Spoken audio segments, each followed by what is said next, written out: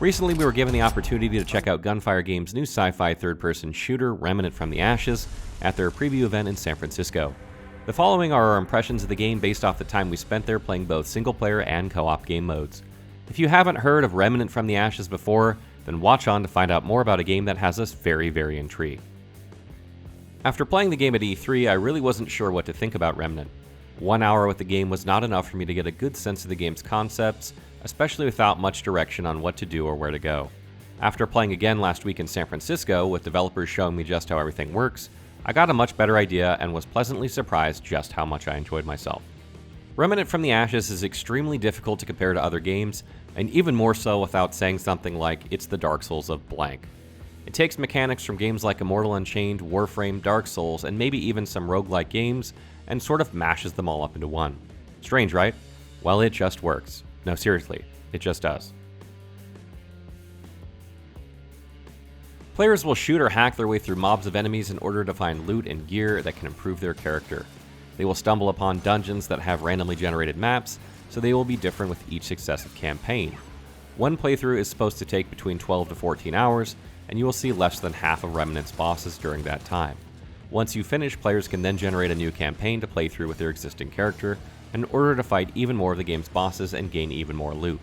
It will likely take you 3 or more playthroughs to see everything, resulting in somewhere around 25 to 30 hours of gameplay. While this might sound very basic at first glance, Remnant is extremely challenging and features a loot and character progression system that adds more depth than you would expect. A big part of the game is building your character the way you want and using a loadout that makes sense for you. Note that the game doesn't feature loot quality and that weapons and armor are very much like Dark Souls, and that they all have their strengths and weaknesses. In Remnant, you begin the game by choosing one of 3 classes that follow the archetypes of long-range, mid-range, and short-range combat. However, these classes all have the same base stats, with the only differences being the weapons and armor they start the game with. Since you can purchase the equipment of other classes, this isn't that big of a decision, but it does serve the function of providing some variation in the early parts of the game. Players can have 3 weapons equipped at once: a handgun, a long gun, and a melee weapon. They can change these on the fly at any time they wish, and weapons function the way you'd expect. For example, you can use a repeating pistol that fires quickly for lower damage as shot, or you can use a revolver that has a slower rate of fire but does devastating damage. There are sniper rifles and shotguns, so players will have to decide which weapons works the best for their style of play.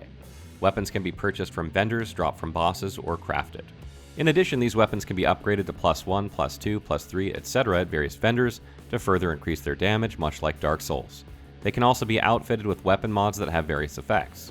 Some examples are granting a damage shield for 60 seconds, or marking all enemies on the screen so that you can see them through the walls.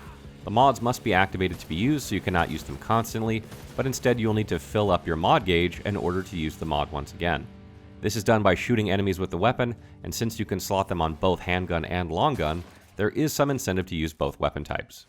Players will have 3 armor slots: helmet, body armor, and boots. Each piece of armor provides protection against various types of damage, as well as providing a certain bonus to the player. For instance, some armor pieces will grant stamina cost reduction, and others will provide increased weak spot damage. You can mix and match pieces of different armor sets as you see fit, however, using all the pieces of the same set will usually grant an increased bonus.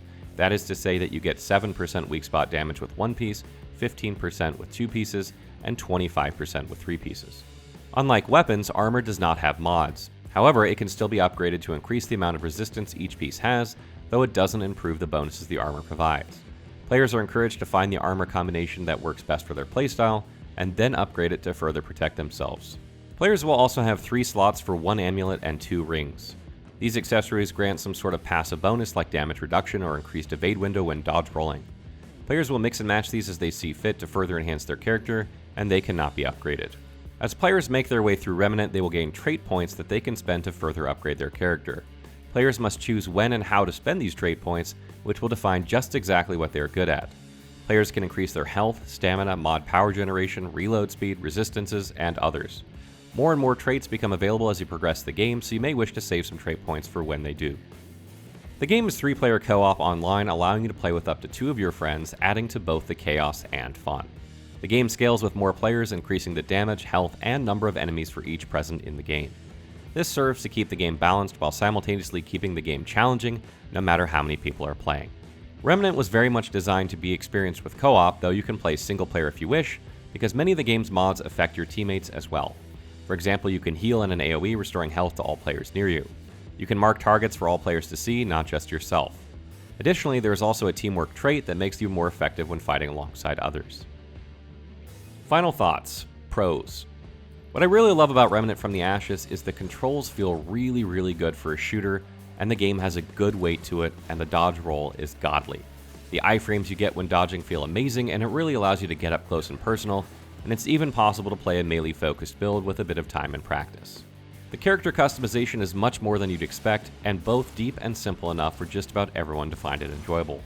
While I don't know how many people will create new characters to use different builds, it will definitely add something to your first few playthroughs that you may not have anticipated.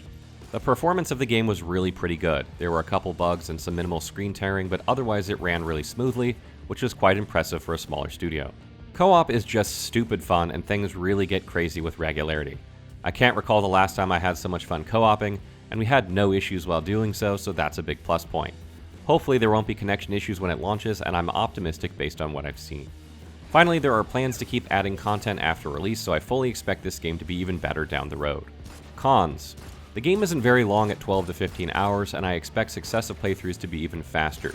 I worry the game will be very short and sweet when I want to keep playing.